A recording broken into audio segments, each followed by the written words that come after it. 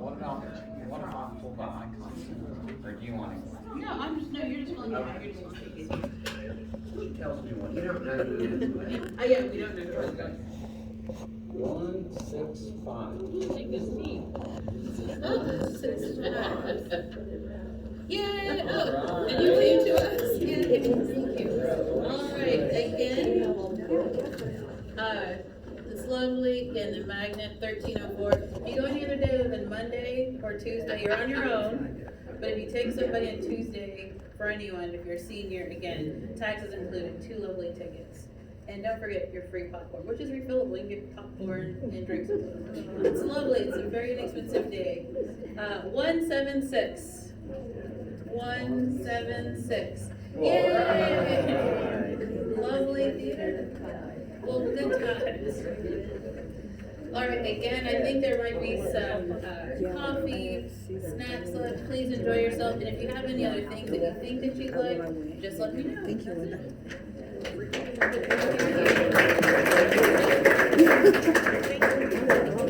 don't have enough for everybody. Thank you, Deborah. Okay, there's any other issues, questions? I'm Ruthie. Sir? Riley, yeah. No, it's not here in the vice president. By the way, I got a sign-in sheet out there. Once the girls got this.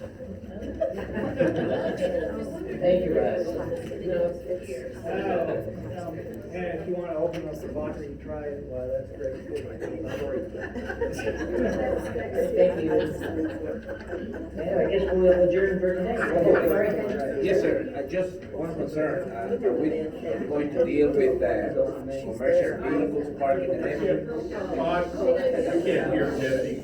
Yes, sir, yeah, I have a concern, and, my question is, are we going to deal with commercial vehicles parked in the neighborhood? I've seen some, 18-wheeler trucks parked right there. Neighborhood. That's the issue, about 18-wheelers parking in the And neighborhood. and a commercial, Commercial vehicles. commercial vehicle, yeah. Okay. Because ambulances and fire trucks can't get through. Absolutely. Yeah, exactly, partly, you know, I think, I've seen on your bulletin that, no park on the streets, that'd be nice, you know, but, some people park on each side of the street, and then, you know, just the trash truck barely make it, you know, through it. Okay. I'll look into it offhand, I don't know who to contact, I'll have to find out. City. We do. Is it? Okay. City. Thank you. Okay. With commercial vehicles parked in the street, I think that's against city ordinance. City ordinance. I think you might be able to call the action. Yes, it Yeah, I is think so too, action. actually. I've done it, and, you know, every time they respond, problem solved, and the problem continues. Yeah. You know? You have to keep turning them in. I have a suggestion, like, I have a suggestion, maybe if we like worked with like the Good Neighbors and we just, you guys contacted, maybe we could put you guys as a contact. And then that way, because when she came, she said it's better if more people call in, the greasy wheel gets the grease. So maybe if we put you guys, if we put you guys in, I think with the concerns, because I get stuff on social media all the time for like people's dogs are barking or they're parking in the street, and I think maybe if we had that connection, like I said, using that. That's one of the reasons we want to get this brochure out to Yeah, everybody so they absolutely. can read it and understand what we do. I mean, would that, I mean, I think that would help if, I don't know. Roosters trolling. Not supposed to have roosters, you can have chickens, but not roosters. Okay, I've got the action center phone number. Action center. So we can, the board can call them and see what we can do. We might have to call them for each time it happens. I was told that they're. We can do that. That's better. And I am a truck driver, you know, so I'm concerned about my neighbors. No, I understand. He said something about someone putting action, I think I'm sorry? We had them a few months ago. Roosters, he said something about roosters. What's the rooster? Roosters? No, I said something, the police department told me if they were legally tagged, how much to do about it if they're legally taxed. But if they don't move, that's If they also. don't move, they can, if they're. But it's Yeah. a residential district, it's not a commercial district. Right, People are running businesses out of their homes. right. Yes. That's what's And happening. their vehicles are blocking other people's driveways and the ability for people to excuse me? 32nd place. And it's preventing people from getting out of their driveway. It's preventing the trash trucks from getting through. And they have, I mean, I can guarantee that if any one of you had to look at what some people have to look at every day, you would not be happy. And, I mean, you know, from what I understand, the police have been called, they've been out, and, it seems that some people know what hours the neighborhood is being patrolled and not. Okay. And I think that our neighborhood association needs to step up and do more about this. Okay, all right. With, You know, we can't hear. Would you stand up Yeah. and talk? or come up to the microphone, Yeah, please. you know, because when you're talking from there to there, we can't hear over here. We don't even know who's talking. And if when people have something to say, like you were just saying, some very important things, but I bet nobody over here can hear you. So you almost need to stand up, get the attention, and talk every day. And don't talk amongst yourselves. I want to say, for people who haven't attended these, our neighborhood association has no authority within itself to do anything about this. We have to call the action center, we have to be the squeaky wheel, and we all have to work together, but don't call your president, and report stuff, call the action center, because we can't do anything. We don't. I would call the action center Yeah. and go from there. I don't know what they can do, honestly. I haven't called Well, them. they do. They do. Do they? Yes, Okay. they do. I haven't spoken to them. I've called numerous times and nothing's happened with the house behind me. So our neighborhood association doesn't have any guidelines or any of that, and if we don't, is that something we could consider doing? Similar to a homeowner's, That's our, similar to a homeowner's. well, that's our good neighbors brochure that we absolutely, This is, Oh, yeah, comes up. Susie, I that we can't need to video. get. I'm sorry. I'm just videotaping ours.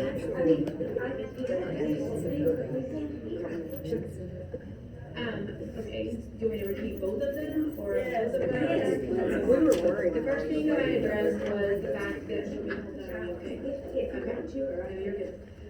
Is that, there are commercial vehicles and large box trucks and such that are being parked every day, almost all day, that have, they're blocking people's driveways. They're keeping people from being able to pull out of their driveway safely.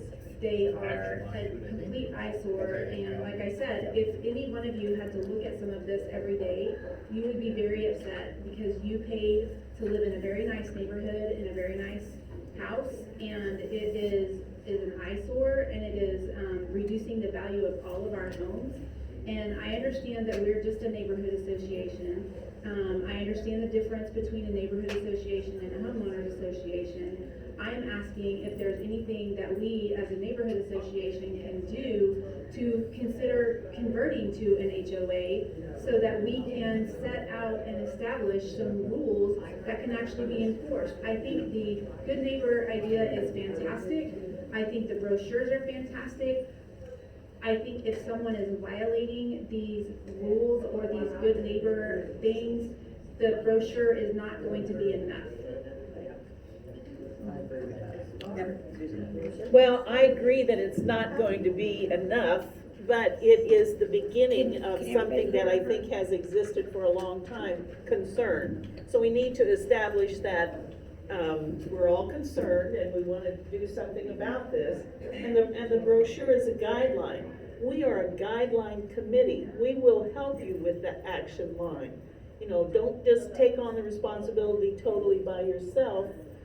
incorporate us into the activity, and we will record these things, because that's a part of the process, is knowing how much is causing the problem, how many people are concerned, as Jesse was saying, about, different items. We need a recording of that. Are we getting 5 complaints? Are we getting 20 complaints and all of that? And that's part of what we do too. But initially, we need to get the brochure out, and the committee will help you, because we know you're responsible for getting that out. Okay. I just want to clarify, I'm not criticizing the committee. I want to clarify, I'm not criticizing the committee, I'm not criticizing the association. I'm just asking if there is anything further we can do to help, to help prevent this from happening, to reduce it. I think that, maybe if there are city codes that are being violated, if those city codes are addressed in the flyer, then people would know this isn't just our neighbors complaining, these are city code violations, and here's what could happen if they continue. Anybody else? Susie.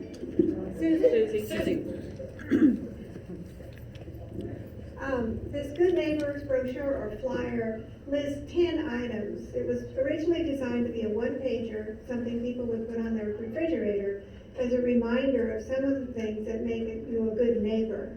And for a couple of the things, there actually is, in parentheses at the end of it, that this is a possible or this is a violation of a code or a health department violation, which we have had in the neighborhood.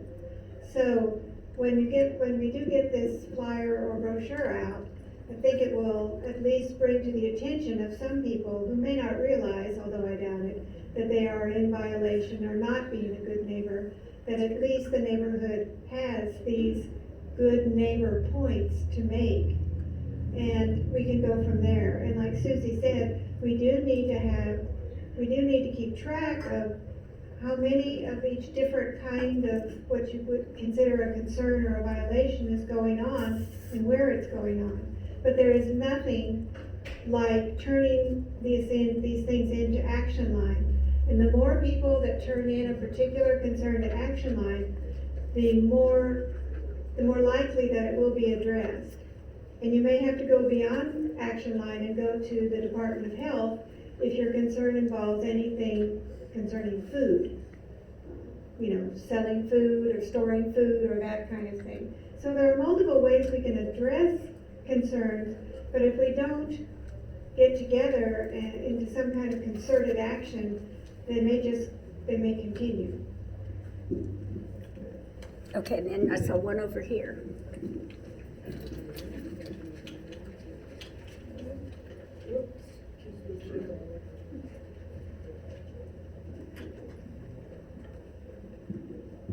I was gonna say, if you're not following Nextdoor, you need to get on it and start posting. It doesn't hurt to post your complaints. Our neighbor had a son that shot pellets over our way. And I put it on Nextdoor, and immediately that neighbor saw it. And she said, I apologize, I'm very sorry, it will never happen again. And another thing we have a concern about, and I was gonna bring it up at our board meeting, but I think the neighborhood needs to hear it. We are going to be dealing with homeless before very long. They're moving into the War Acres neighborhoods right now. And once they come to Windsor Hills and they see those open green spots called green belts, it's an invitation to set up a tent and have your homeless encampment. Now, I'm not against homeless. I love them as a person. But I have a real problem in what they do. And we think that they just camp in a neighborhood. No, they don't. They've got to take care of their personal things.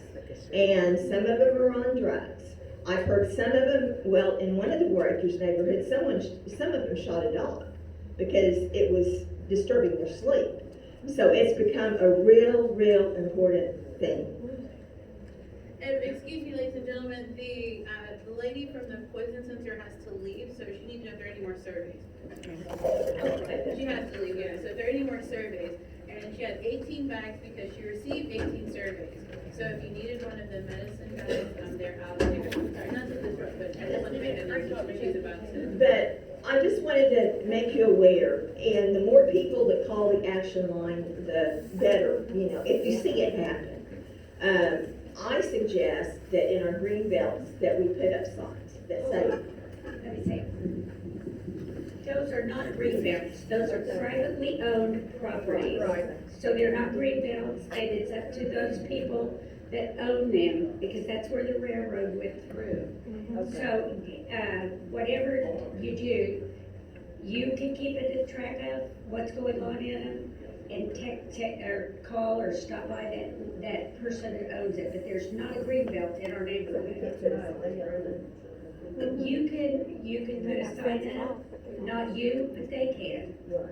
But anyway, so I just wanted to stop there. Excuse me. I'll walk and, kind of pick up debris when I walk. And I picked up 2 hypodermic beads in the curb, leaves. So I live off 26 and Harvard. And we get a lot of bicycles, homeless bicycles, and transit through. Just be aware, that's a dangerous thing, to see something like that thrown down in the street. Kids playing, anyway, be aware.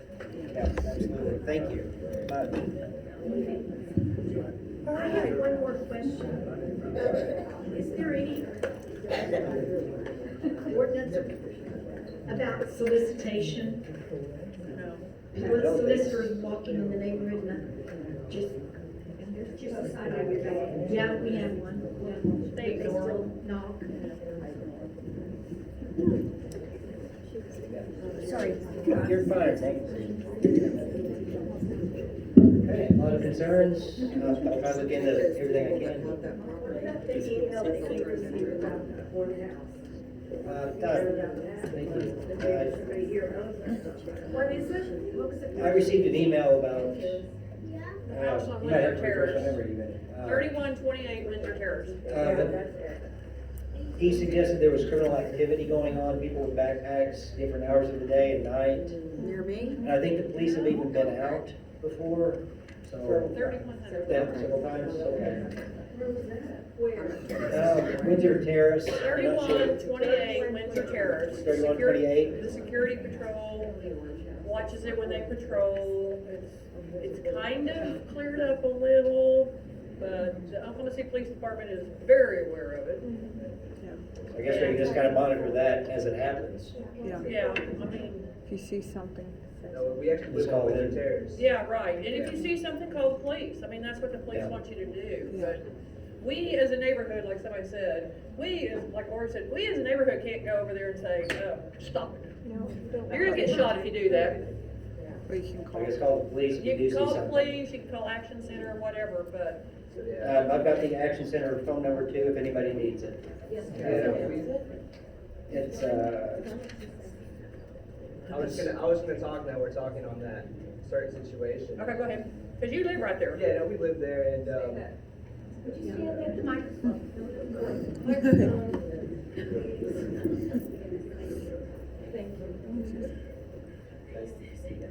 Alright, so since we're on that topic, I don't know what email you got or something, but we actually live on Windsor Terrace, and it's actually been like an ongoing problem with that home, I think. A lot of the, I guess, homeless people you guys have been seeing on you said you found stuff in the area and you're walking, I think that might be an issue with that home. People come through the neighborhood, yeah, I think they go to that home and some of that, I don't know, what did you find?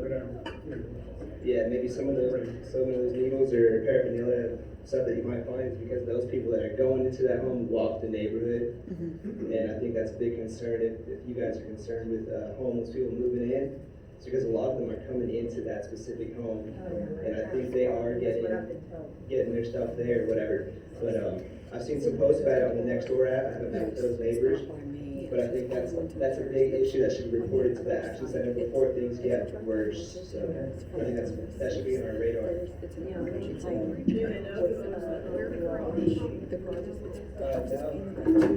person that has a window unit. Okay, that Action Center phone numbers, 405-297-2535. And you can also email them and send pictures. You can email it and send pictures to them as well. help a lot. Yes. Okay, thank you. So pictures, emails, anything you got. Okay, so, yes. Can I ask, is that home occupied by the owner? and Yes. Letting them in, or is it a vacant house that they're? No, it's Owner occupied. It's owner occupied, and it's been the same owner since I think, because I looked up the county records on it. I want to say off the top of my head, it's about 2012 is when they purchased it. So and they refinanced just recently. So I doubt they plan on leaving at any time, but it is owner occupied. They're occupied. But over 10 years, they've lived in that home. Well, they've actually lived there longer than that. Yeah. The father passed away, and then Okay. it changed hands back then. But it's been the same family, a lady said, that lives there for a long time. But we don't think mother's alive anymore, and so that's why it's, Dissipated. but yeah, it's owner occupied, it's not vacant. That was your thought. Okay, is there anything else? Comments, questions? Okay, I guess the meeting's adjourned. Motion to adjourn, I'm sorry. I say let's adjourn. Thank you. Somebody say we say so.